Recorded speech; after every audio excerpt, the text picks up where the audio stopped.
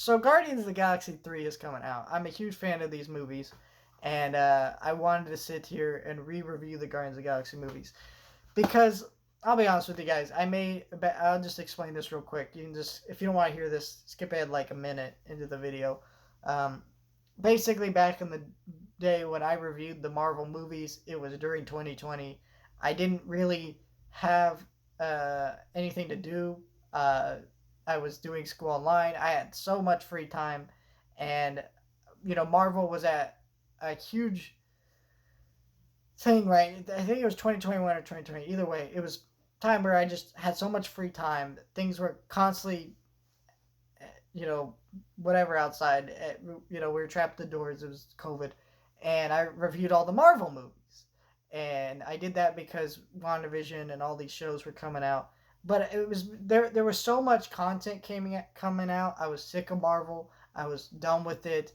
I was just frustrated by it, and that's where I was for the remainder of the just time period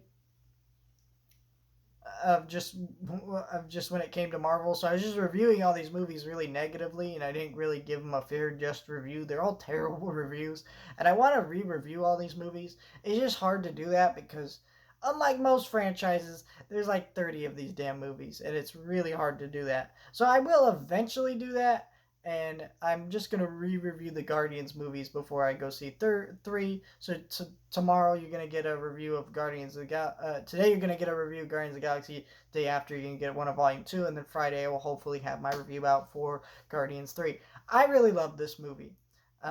What's great about this movie is it's just it's so much style and flair to it that up until this point in the MCU was just not present.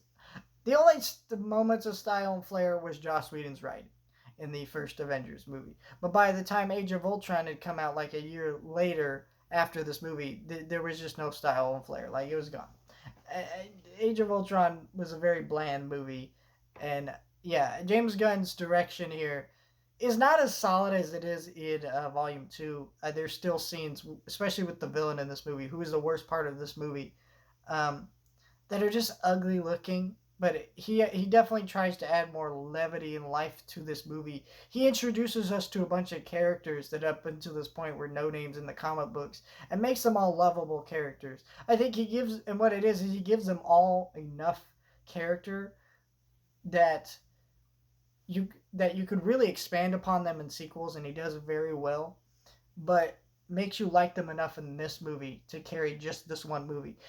But because of that, I think it does mean that this movie is the weakest out of the Guardians movies. I mean, I haven't seen 3 yet, but I don't think this one will be better than 3. It's still an awesome movie. It's probably one of the best comic book movies ever made. The soundtrack to this movie really fits into the movie, works really well.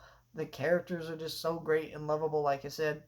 And yeah, James Gunn's direction is great. There's a lot of great laughs and moments in this movie, and it's just an upbeat movie.